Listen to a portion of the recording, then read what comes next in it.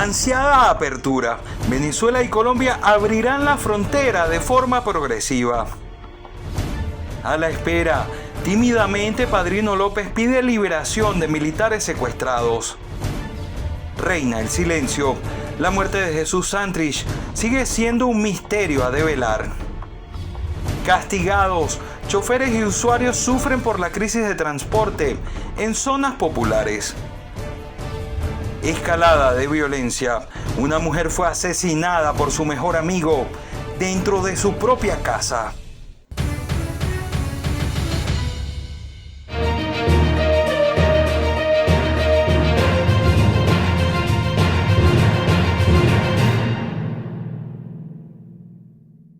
Hola, ¿qué tal? Bienvenidos al resumen informativo de Impacto Venezuela correspondiente a este fin de semana. Hoy es 22 de mayo de 2021. Los invitamos a seguirnos a través de nuestras redes sociales y por supuesto suscríbase a nuestro canal de YouTube. Dele clic a la campanita para que reciba el material que preparamos para ustedes. Comenzamos con las informaciones. Para este 1 de junio se tiene planteada la reapertura de la frontera colombo-venezolana. Del lado de las autoridades colombianas están realizando todas las actividades necesarias y se están estableciendo los mecanismos de bioseguridad para una apertura segura. Del lado venezolano, la apertura podría ser progresiva. Freddy Bernal, quien es protector del estado Táchira, el lugar más álgido de esta frontera entre Colombia y Venezuela, señala que en una primera etapa se hará solo la apertura comercial. El debate por la reapertura de la frontera colombo-venezolana sigue. A juicio del diputado Freddy Bernal, enlace del gobierno de Nicolás Maduro en Táchira, no hay condiciones para abrir los puentes. Bernal fue enfático en que no están las condiciones dadas para retomar el paso peatonal por los puentes internacionales, por lo que se discuten los protocolos para el paso solo de mercancías. ¿Qué significa eso? El paso de camiones, de gandolas, de insumos de alimentos, de medicamentos, de materiales estratégicos, que será gradual. El paso peatonal aún no se establece, y lo repito, por el alto grado de contagio de coronavirus que existe en norte de Santander. Haciendo un poco de historia, han pasado casi 6 años desde que Venezuela ordenó el cierre de frontera tras ataque a unos militares. En agosto de 2016 se retomó el paso solo peatonal. En 2019, de febrero a junio, estuvo clausurada nuevamente tras intento del ingreso de la ayuda humanitaria. Desde marzo del 2020, Colombia cerró por la pandemia. Autoridades locales de Táchira piden se abran nuevamente los puentes. Esa frontera esté abierta como toda una vida, una historia. Como alcalde de San Cristóbal, damos la bienvenida, la reapertura pues de la frontera y por supuesto de la parte comercial, que es importante, que durante muchos años Colombia y Venezuela siempre han convivido. Según cifras de la ONU, 4.9 millones de connacionales han abandonado el país debido a la crisis, siendo Colombia dormitorio de al menos 1.800.000. En Táchira, Marineglot, somos Impacto Venezuela. Continúa la polémica respecto a los 8 militares que han sido secuestrados por grupos irregulares colombianos en la frontera entre Colombia y Venezuela. Además, el ministro de la Defensa venezolano señaló o pidió la liberación de estos funcionarios. ¡Arturo es nuestro! ¡Liberen a los patriotas! Junto a este video, Padrino López escribió las palabras "basta de chantaje", acompañado de las etiquetas "Apure es nuestro" y "liberen a los patriotas", como una manera de exigir una vez más a los grupos guerrilleros la entrega de los 8 militares que mantienen en cautiverio como prisioneros de guerra. Se trata de pronunciamientos que esta semana estuvieron limitados a mensajes escritos a través de Twitter, donde se deja claro que Venezuela espera con fervor por la liberación de los combatientes secuestrados, aunque no se adelantan actuaciones en pro de un eventual rescate. En respuesta, la dirigente opositora Delsa Solórzano señaló a Padrino López de ser responsable de lo ocurrido con los efectivos militares y consideró que su obligación es rescatarlos. A juicio de la ONG Fundaredes, el silencio y la opacidad que mantiene la administración de Nicolás Maduro respecto al tema fronterizo es una muestra del desprecio por la vida de los funcionarios. La muerte de Jesús Santrich, el líder guerrillero colombiano, aún continúa siendo un misterio. Del lado venezolano han sido pocos los pronunciamientos. Del lado colombiano tampoco ha habido mucha apertura. Vamos con nuestra compañera Lina Caicedo en Venezuela en el Mundo. Nos presentará un trabajo especial sobre Jesús Santrich.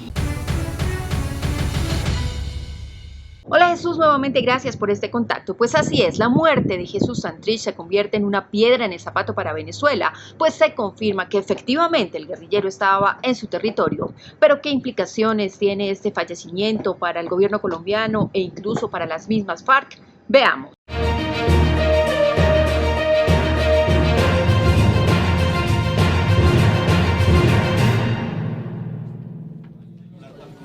¡Hasta siempre! ¡Desde Marquetalia! Santrich tenía un poder simbólico político en las disidencias de las FARC derivado de ser el principal asesor de Iván Márquez durante los diálogos de paz, pero un bajo perfil militar y económicamente le quitaban representatividad.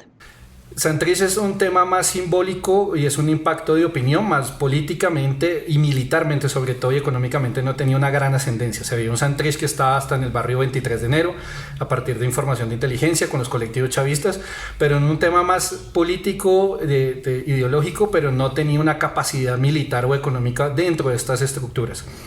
Y aunque la muerte de Jesús Santrich significa un duro golpe para las FARC, analistas coinciden en que esto no va a cambiar el mapa de seguridad en la frontera colombo-venezolana. Para Colombia, la desaparición del guerrillero confirma lo que en su momento manifestó vía Twitter el ministro de Defensa Diego Molano. Se comprueba que en Venezuela se refugian narcocriminales. Por ahora, esto tampoco cambia ni la implementación del acuerdo de paz ni la dinámica en la frontera con los 17 grupos criminales que operan en la zona. Del lado venezolano también hay grupos como la Línea de la Frontera y un alto nivel de corrupción e influencia por parte de la Guardia Nacional Venezolana, que históricamente ha protegido los intereses del ELN y que hoy parece que está más cercana a esta disidencia de Iván Márquez y la Nueva Marquetalia. Sin duda alguna que hubo un acomodo, son 10 millones de dólares que estaba ofreciendo el gobierno de los Estados Unidos, así como también 3.000 millones de pesos que estaba ofreciendo por este terrorista el gobierno colombiano. Sin duda alguna, quienes tenían la información en el resguardo son los que hoy ostentan el poder en Venezuela. Lo que sí puede cambiar es la relación que existe entre el Estado venezolano y las disidencias de Iván Márquez ante los rumores de una posible traición, el nivel de corrupción de la Guardia Nacional Bolivariana en frontera y el silencio de Nicolás Maduro ante las condiciones de la muerte de Santrich, que deja más dudas que claridades. Lina Caicedo, somos Impacto Venezuela. La organización Foro Penal señala que no se debe seguir utilizando a los presos políticos como fichas de canje en medio de los conflictos o de las mesas de diálogo. Dicen que muchas de estas personas están siendo trasladadas a cárceles comunes, pero que esto no respondería a ningún diálogo ni acuerdo entre la oposición y la administración de Nicolás Maduro. Desde Foro Penal advierten que en medio de nuevos intentos de diálogos y negociaciones entre la administración de Nicolás Maduro y la oposición, los presos políticos continúan siendo fichas de negociación en las que el efecto puertas giratorias se mantiene. El uso de los presos políticos en negociaciones para obtener espacios políticos lo que trae como consecuencia es que se siga usando los presos políticos y se siga encarcelando a personas para ser utilizados como fichas de negociación, tanto por un sector como de otro. Romero recordó los indultos otorgados por Maduro en el año 2020 y aseguró que es falso que hayan excarcelado a 100 presos políticos. Dijo que fueron en total 50 y el resto eran presos comunes. En esa oportunidad habían 300, creo que era 30 presos políticos. Cuando el indulto se rebajaron y volvieron a aumentar a 350, hoy en día estamos en 306. Entonces, una negociación, además de liberar a las personas, que debe liberarlas a todas, debe plantear también que no se encarcelen más personas. Ahora, si se acepta constantemente la posibilidad de que los presos políticos sean fichas de negociación, el mundo los acepta, nacionalmente se acepta, se entregan presos, todo el mundo aplaude, lo cual está bien.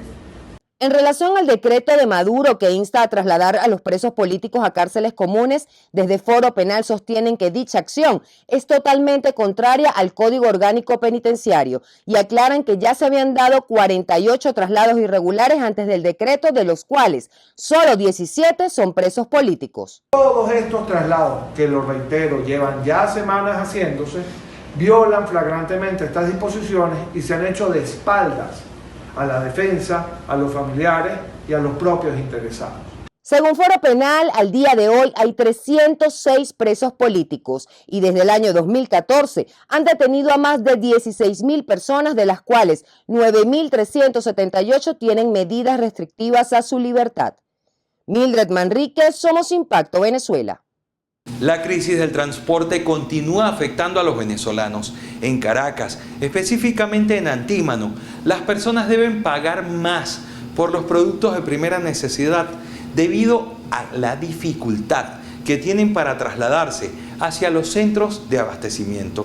Apelar al buen corazón de choferes es una solución momentánea a la crisis de transporte en Antímano. Tuve que acudir a una bodega para que la chica me prestara el efectivo. Sin embargo, ella no tenía, simplemente tenía mi bolilla. Yo, bueno, dame eso que con eso yo resuelvo. Llego a la Unión de Conductores de Antímano, en la parada, que es la iglesia de Antímano, y le pido la colaboración al chofer, que qué posibilidades había de que me diera por lo menos la cola hasta Carapita. Él con su solidaridad me dio el apoyo, me dejó allí y de allí sí tuve que pagar el otro transporte que iba de Carapita hacia el otro lado que yo iba. El tema del combustible, bueno, se ha de verdad agudizado últimamente, lo cual obliga a los transportistas a amanecer en las bombas, a perder 2 y 3 días para poder trabajar un día. Si tenemos una unidad que está dispuesta, está en buen estado para prestar servicio y no tiene combustible, estamos en las mismas. Nos tenemos que parar obligatorio hasta tanto podamos poner combustible. Y la otra parte del combustible es que no nos ponen la capacidad completa, sino nos ponen una cantidad determinada, lo cual nos obliga a trabajar menos. Es que en Venezuela lo cotidiano se volvió un lujo y en muchos casos un calvario. Cada día son menos unidades y por ende el aislamiento de comunidades con el centro de Caracas. Fíjense que los vecinos han tratado de, justamente por este tema de transporte, consolidar algunos negocios donde ya se vende carne, se vende pollo allá arriba, porque es preferible comprarlo un poquito más caro allá arriba que bajar o caminando o no teniendo para el pasaje. Falta de gasolina y efectivo son el karma para transportistas y usuarios, a quienes se les hace cada día más difícil llevar el sustento. En Caracas, Esteninfo Olivares, Somos Impacto Venezuela.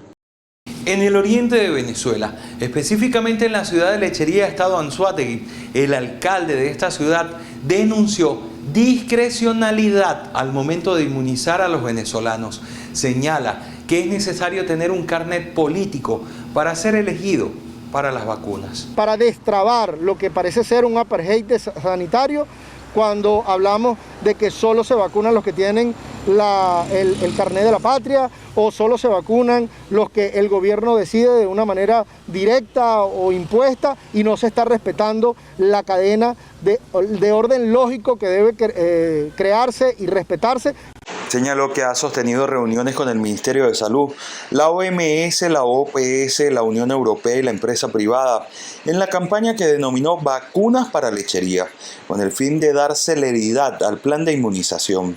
En la única campaña en la que debemos fijarnos todos en este preciso momento, en la campaña para lograr la vacunación masiva de todos y cada uno de nuestros vecinos y de todos y cada uno de los venezolanos. Dijo que ya tienen culminada la data de población vulnerable en la ciudad y actualmente se está levantando el censo general para identificar los casos prioritarios. Además aseguró que aún la clínica municipal no ha sido incluida en el plan de inmunización de personal de la salud. Trabajadores del hospital de Pariata en el estado Vargas denuncian salarios de hambre. También se quejan porque los hospitales no tienen absolutamente nada, no cuentan con dotación. Estamos en este momento, vamos a entregar una carta que por supuesto expone nuestro descontento con él. La gobernación de Vargas lo volvió a hacer y es que aunque el resto de las instituciones de salud pública de la región cancelaron sueldos entre 50 millones y 90 millones de bolívares, el personal que depende del gobierno regional apenas recibió entre 4 y 8 dólares en la quincena, lo que ha sido considerado como una burla por parte del personal. La carta expone nuestro descontento que a pesar de que nosotros hemos estado aquí batallando, como todo el mundo sabe, desde el principio, desde hace más de un año, con la pandemia, con los bajos recursos, con la falta de insumos, entonces ahora recibimos esta burla, porque vuelvo a decir, es una burla por parte de la gobernación hacia el personal, hacia todo el personal de la gobernación, porque no solamente es con los médicos, también el problema es con los obreros, con las enfermeras, con el personal administrativo, todo el mundo, a todo el mundo en sanidad y en el seguro social les calcularon el sueldo por la tabla que está vigente a partir del 1 de mayo y a nosotros nos siguieron calculando el mismo sueldo. Mire cuántos. Aular explicó que la situación no es exclusiva del personal sanitario, sino de todos los trabajadores que forman parte de la red de ambulatorios y hospitales del gobierno regional. Solo en el Hospital Periférico de Pariata hay más de 1.500 trabajadores con sueldos chucutos. No solamente es la situación de los médicos, es la situación de todo el personal del periférico y de la gobernación. Que el día viernes recibió su quincena, una burla, la quincena que recibimos, porque, bueno, osciló entre 1 y 4 dólares el que más recibió. Cada vez que hay ajustes en los sueldos y salarios por parte del gobierno central, el sector salud en Vargas, que depende del Ejecutivo Regional, queda rezagado. Se trata de una práctica recurrente que en el pasado ha desatado olas de protestas en los distintos sectores ante el gran descontento. Desde Vargas, Ami Torres, somos Impacto, Venezuela. Escuche muy bien, una mujer fue asesinada por su mejor amigo y otros 2 sujetos dentro de su propia casa. Los hombres intentaban robarla.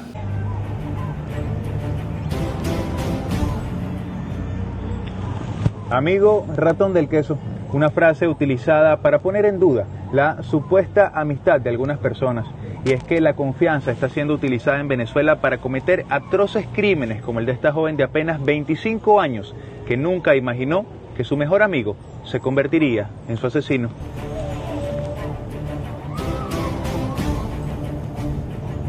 Según indicaron autoridades policiales, la víctima, identificada como Julieta del Carmen Ventura, recibió como de costumbre la visita de su amigo Diego Antonio Díaz, de 25 años, en su residencia ubicada en el barrio El Minuto, en Morón. Valiéndose de la confianza, intencionalmente el desleal amigo dejó la puerta trasera de la vivienda abierta para que otros 2 sujetos con quienes había planificado un robo entraran para concretar lo acordado. Cerca de las 2:30 de la madrugada ingresaron a la vivienda, sometieron a la joven y deciden ahorcarla con una manguera para evitar que vecinos escuchasen los gritos.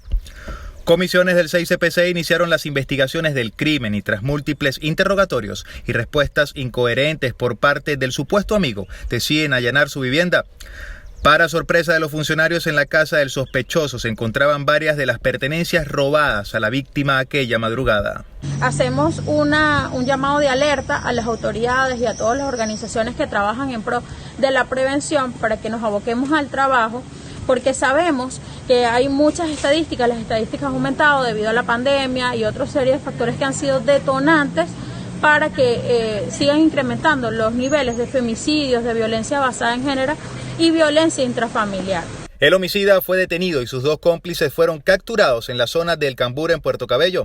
El caso ya fue puesto a la orden de la Fiscalía Octava del Ministerio Público en la entidad. Desde el estado Carabobo Sandino, Ignacio Yaguare. Somos Impacto, Venezuela. Familiares de un joven asesinado en Palo Verde, en la ciudad de Caracas, denuncian a Poli Sucre como los responsables de este hecho. Davis Ramírez tenía 26 años de edad. Su muerte ocurrió en Lomas del Ávila, aproximadamente a las 8 de la noche. Yo lo fui a buscar porque ya era cierta hora y él no aparecía, y cuando llegué al sitio estaba esa patrulla allí. Luego me retiré a buscarlo en un hospital a ver, y luego volví al sitio, y cuando le pregunté al policía me dice que le dieron un disparo en la cara para quitarle la moto. Gabriela Lugo descarta la hipótesis del robo porque toda la documentación y el teléfono celular de la víctima fueron ubicados en el sitio del suceso, menos la motocicleta. ¿Por qué tú sospechas que fueron policías? Porque a las 8:15 de la noche yo lo llamé y él me dice, ya me dirijo hacia la casa, me tenían en una alcabala en Palo Verde los policías de Sucre. Y después de las 8:15, yo a las 9 de la noche yo lo llamo y el teléfono estaba apagado y no me pude comunicar más con él. Y mientras el 6CPC inició de oficio las investigaciones acerca de la muerte del funcionario del FAES en los sucesos de Artigas en Antímano, Impacto Venezuela obtuvo la identificación de las otras 2 personas muertas, señaladas de cometer el robo a mano armada en la buseta del transporte público.